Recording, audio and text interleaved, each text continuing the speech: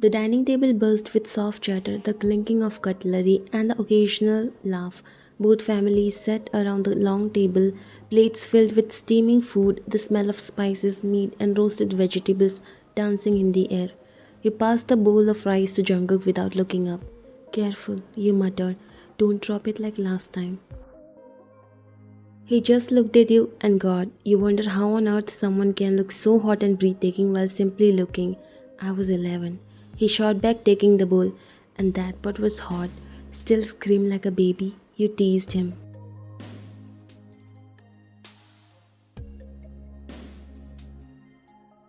Mrs. John chuckled from the other end of the table.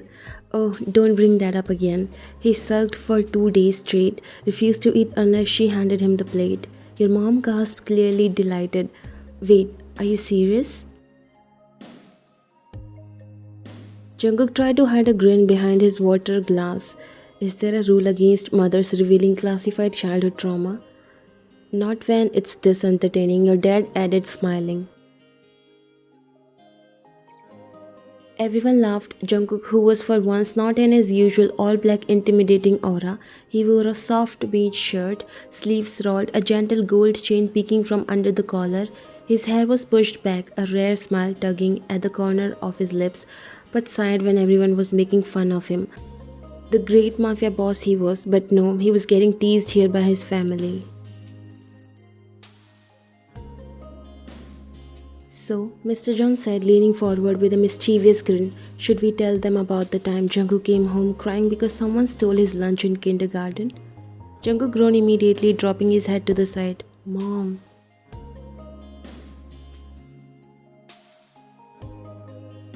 You blinked. Wait, you cried? Your mom gasped, clearly entertained. He did. Our little Jungkook. He always acted so cold and quiet when we visited. Mr. John chuckled as he sipped his wine, only because he had a crush on someone and didn't know how to talk to her. Your fork froze halfway to your mouth. Your eyes met Jungkook's across the table. He didn't look away. He was 6, Mrs. John added casually. He said she had stars in her hair.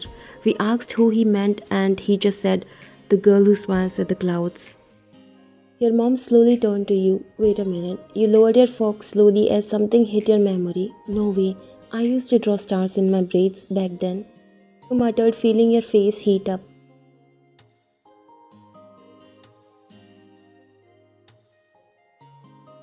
Exactly, Mrs. John grinned proudly. He was obsessed, followed you around in every family event like a shadow.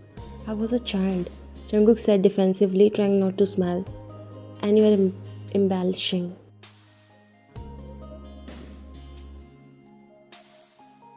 I have pictures, your mom announced proudly, reaching for her phone. Mom!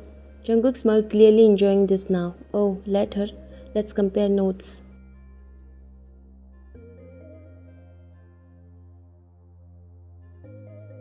Everyone burst into laughter, and the room felt full of something familiar, like home, like childhood summers, like old memories being dusted off and shared with the kind of fondness that only grows over time.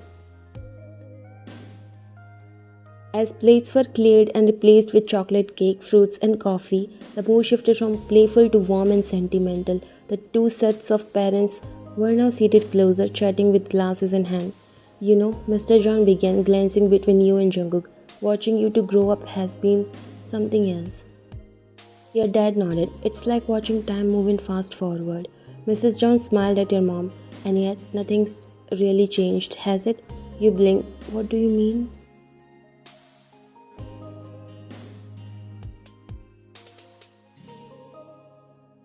Your mother looked at you knowingly. You always lit up when he was around, even if you pretended not to, and Jungkook always somehow managed to stand just close enough to you to be noticed, but not questioned.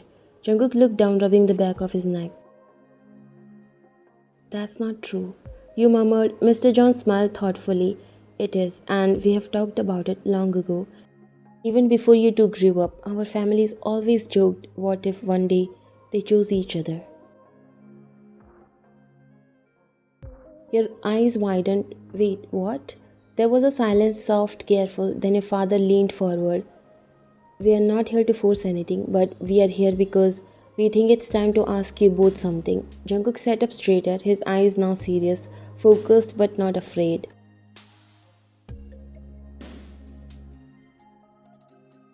Your dad continued, "Would you consider getting engaged?" The words floated in the air like they were wrapped in velvet, gentle, unexpected, but heavy with meaning. Your heart pounded. "We wouldn't do this if we didn't see how much you both care," your mom added gently. "Not just the childhood stuff, now too. How you look at each other, how you understand each other without saying much." You glanced at Jungkook, he was already looking at you, not with confusion or shock, but with quiet acceptance. "Can we talk?" You whispered. Everyone nodded and gave you space, not even pretending not to eavesdropping as you and Jungkook stepped out onto the softly lit patio, surrounded by ivy walls and lanterns swaying with the breeze. "I didn't know they were going to say that," you said quietly. Your heart was beating fast, and it always does when he's around.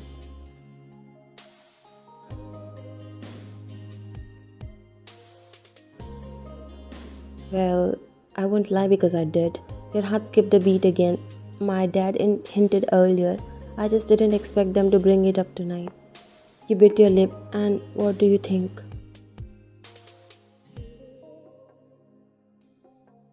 He took a step closer. "I think I've known you my whole life. I know your favorite way to hold a teacup, your habit of doodling when you're anxious, and how you always wear your earrings backwards." You blinked. "I think I would rather do this with you than with anyone else, fake or real, but only if you want to." You looked down at your hands, then back at him. "Are you serious about this?"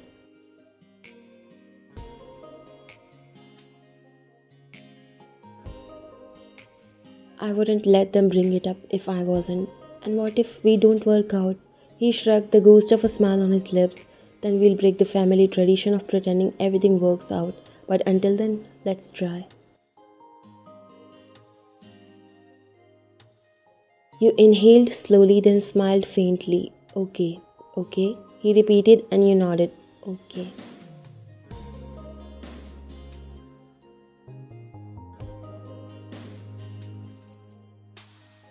As you returned to the table, your intertwined fingers spoke louder than words. Your parents watched you both with soft eyes. Mrs. John wiped a tear from her cheek.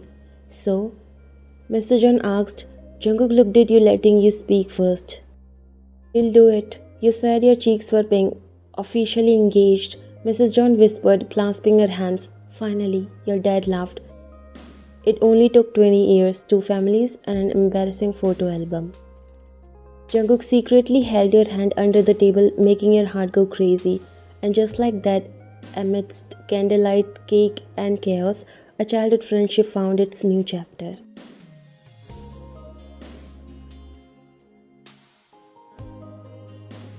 The garden sparkled under fairy lights, the soft clinking of glasses, and the melody of a slow jazz tune drifting through the air.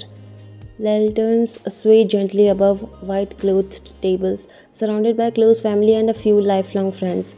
The evening breeze carried the faint scent of jasmine. You stood near the back of the lawn, fingers nervously grazing the lace on your soft pastel dress. The ring on your finger still felt foreign, not heavy but strange, real. Jungkook was surrounded by a small crowd, probably being teased by her cousins or interrogated by his own uncles. He looked surprisingly composed, dressed in a crisp black suit, his hair swept back, the faintest smile tugging at his lips. Your mom approached holding a glass of fruit punch, and that gleam in her eyes that meant she was about to say something embarrassing. "You know," she said, handing you the drink, "your dad cried while getting that ring made." You blinked. "He cried?"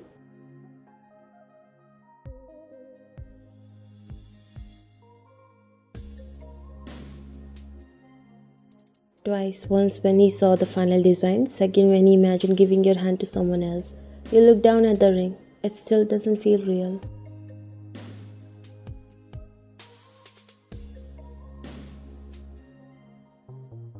"Well," she said, brushing a strand of hair from your face. You'll wake up one day and not remember how it felt before him. You caught Jungkook's eyes from across the lawn. He raised an eyebrow, silently asking if you were okay. You nodded. The engagement party was in full swing, but inside the glass walled lounge that overlooked the decorated garden, the two patriarchs of the families, Mr. Jong, Jungkook's father, and your dad, sat on the plush couches and each holding a glass of old whiskey like it was a tradition. The wives were across from them, laughing softly at the man's stubborn pride. 34 years, your dad said, raising his glass. And still the only man I trust with my company's security is this rascal. Mr. John smirked. That's because I saved your neck during the Choi incident in 99. And gave me 5 new grey hairs in the process. Everyone laughed. Your mother rolled her eyes fondly. They have told this story at every major family event. Mr. John puffed his chest proudly. It's a good story. Two young men struggling to build their empires. He had an import-export dream and I had 5 security guards and one sketchy van. But I promised him back then, your business will never lose sleep over safety if you trust me. And I did. Your father added, when everyone told me I was mad, I trusted you. Now look at us. Your mom smiled, glancing out the window at you and Jungkook talking under the fairy lights. Our kids getting engaged like some mafia fairy tale. Mrs. John chuckled. Well, it's not a fairy tale without a little danger.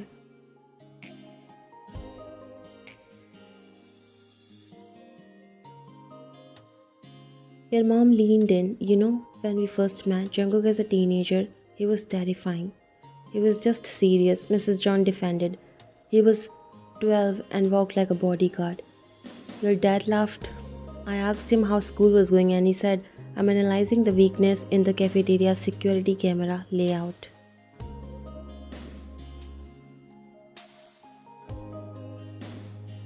Mr. John proudly added, that's when I knew he was the heir.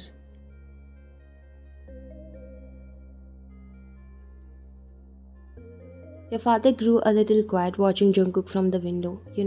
I never thought I would be the kind of father who would arrange anything for my daughter, but this doesn't feel arranged. It feels right. Mrs. John smiled softly. They don't look like strangers pretending to like each other. They look like two people who already knew this is home. And you should have seen her before we came. Your mom whispered with a grin. She changed outfits 5 times, nearly tackled her cousin because she wrinkled the dress. That girl's had a soft corner for your son since she was 16. Mrs. John looked touched. Jungkook was the same. He was always quiet about her, but when I showed him a picture of her last year, he stared at it for a full minute and said, I'm going to marry her. Really? Your dad blinked.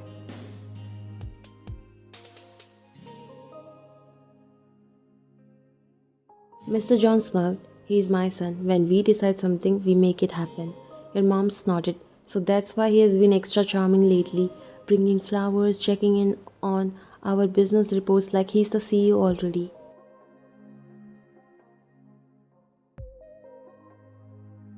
He is the CEO already. Mr. John grinned proudly, took full control this year.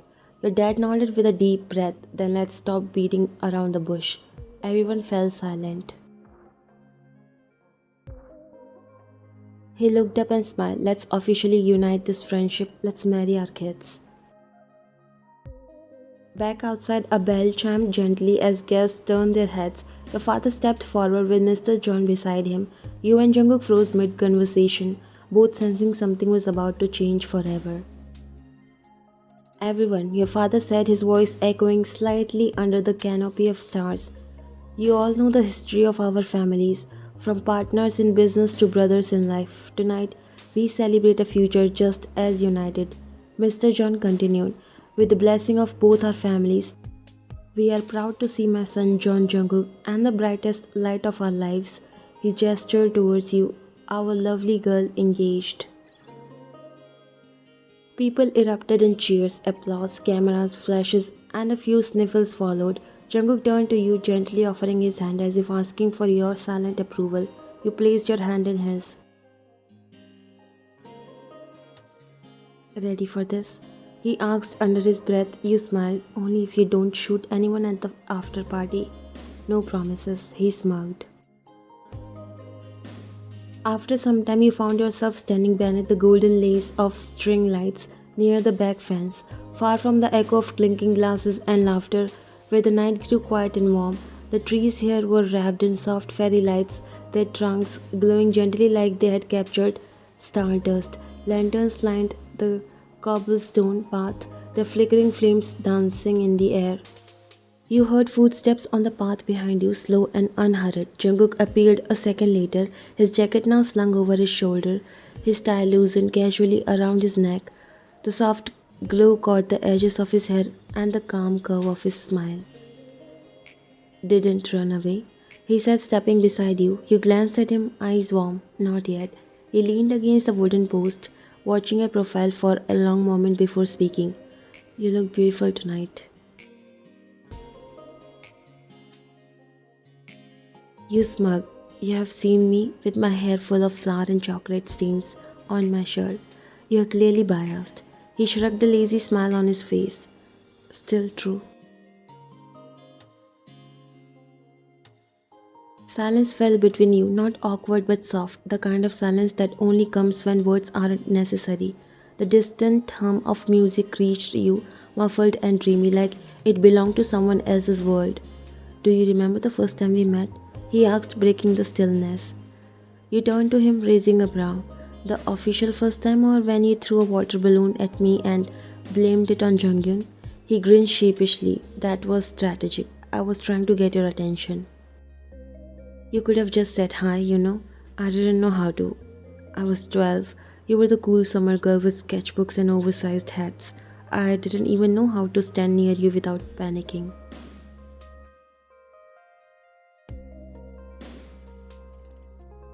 You laughed, your voice wrapping around the lantern light like silk. You hid it well, until now. He reached out slowly like the moment was too fragile to rush. His fingers found yours, threading them together with quiet certainty. He wasn't doing it for show. There was no one to impress here, just you and him. His thumb brushed gently over the band around your finger. Does it feel real now? He asked, his voice almost a whisper. You met his eyes. It does when you hold my hand. He stared at you then, as though nothing else had ever mattered. The trees glowed above you like a sky turned upside down, and the world narrowed until it was only the warmth of his palm in yours, the scent of jasmine from nearby bushes, and the rhythm of your breath. Then he asked, Want to dance? You looked around at the quiet path, at the lanterns, flicking like thousand little wishes.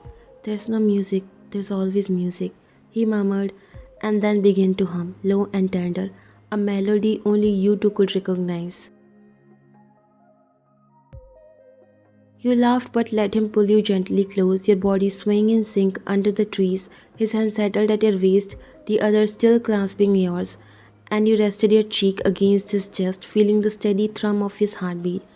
And when the moment felt too full to hold in, like your heart might overflow, he pulled back just enough to look at you.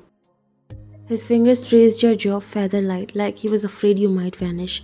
Then, in the hush of the golden night, beneath the fairy lights and fire-lit jars, he kissed you. It wasn't rushed, it wasn't loud. It was soft and deep, like a promise, like a boy who once fell from a tree had finally landed in the only place he ever wanted to be.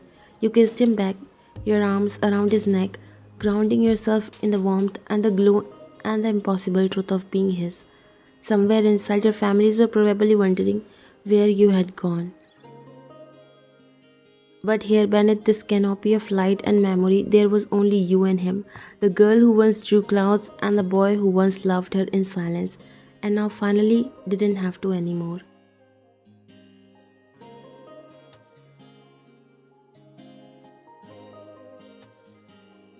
It had been nearly a month since the engagement, a golden ring on your finger, a golden man wrapped around your heart, John Jungkook. Sweet when he wanted to be, mysterious when you least expected it, and lately very suspicious. He had been whispering on calls, texting Junghyun with emojis he never used. When had he ever used the sparkle one? And telling you, don't come over today, way too many times. Naturally, your curiosity was on fire. So tonight, when he texted, "I'll be home late," you took it as a green light to launch your own personal investigation. Armed with a spare key and zero self control, you crept into his apartment, barefoot like a bulgar. You were determined to find the big secret and the thing he was planning, the surprise he kept dodging, a proposal 2.0. As you tiptoed past the living room and into his bedroom, you saw the closet door slightly ajar. Jackpot. You knelt in front of it, hand reaching toward a gift bag half tucked under his clothes. But then a click sound made you froze. Metal pressed gently to the back of your head, a low voice, calm, cold, and terrifyingly familiar. Don't move. Your soul left your body.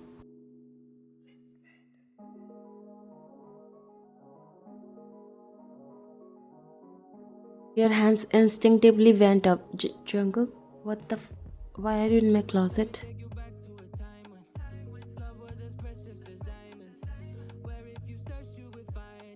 You whipped around to see him standing there, straight face, shirt half untucked, holding a matte black gun in his hand. Your mouth fell open. You just pointed a gun at your fiance. You have 5 seconds to explain, or I'll be forced to arrest you. You blinked from your spot on the floor. I tripped into your closet.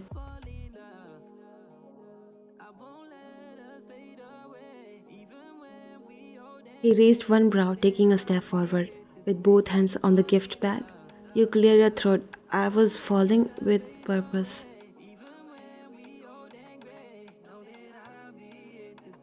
Jungkook didn't laugh, not yet. Instead, he slowly lowered the gun, not completely down, no, just enough to press it lightly against your chest.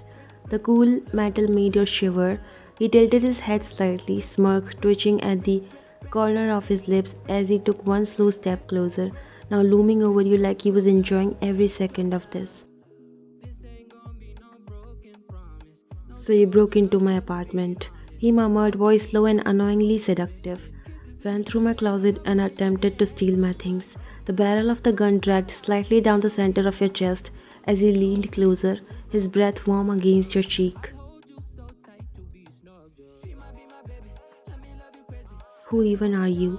You stood up, barely keeping a straight face, and crossed your arms over your chest, gently nudging the gun away with your forearm. Your fiancée. He scoffed dramatically. Never heard of her. Then, with theatrical disappointment in his voice, the woman I'm marrying would never betray me like this.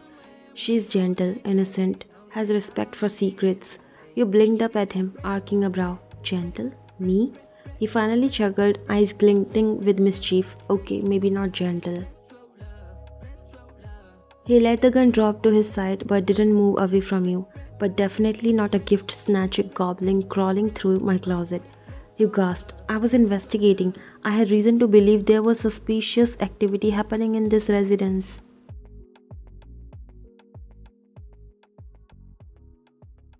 He leaned even closer, voice practically a growl in your ear. Oh, there's suspicious activity, all right. He tapped the gun against your hip playfully now, cocking his head like a detective ready to interrogate his favorite suspect. You broke in. You snooped. You were this close to ruining your own surprise. Do you realize the danger you were in? You smug. Danger of what? You pulling out your toy gun and having a heart attack for no reason? He pointed it at the ceiling dramatically as if offended. Exactly. That was self defense. That was over dramatic. That was a reflex, woman. You both stared at each other, then you burst out laughing. He reached out and pulled you against him, his hand curling around your waist as he kissed your forehead. I should report you to the authorities. Oh, for breaking into my future apartment? You teased, twirling a piece of his untucked shirt around your fingers. I was just doing a surprise inspection. Uh-huh. And what did we learn, Inspector?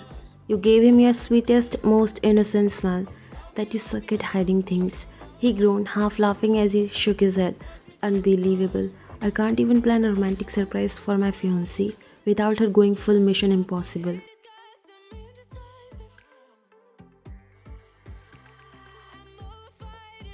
I'm not sorry. You said standing on your toes to kiss the edge of his jaw. So, what's in the bag? He raised a brow. Wouldn't you like to know? Yes, that's why I broke in.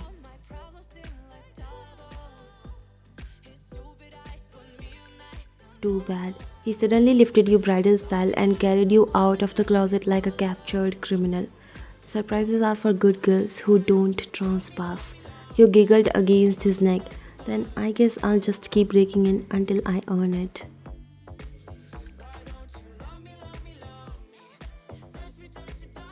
He smirked down at you, eyes playful but voice low and suggestive.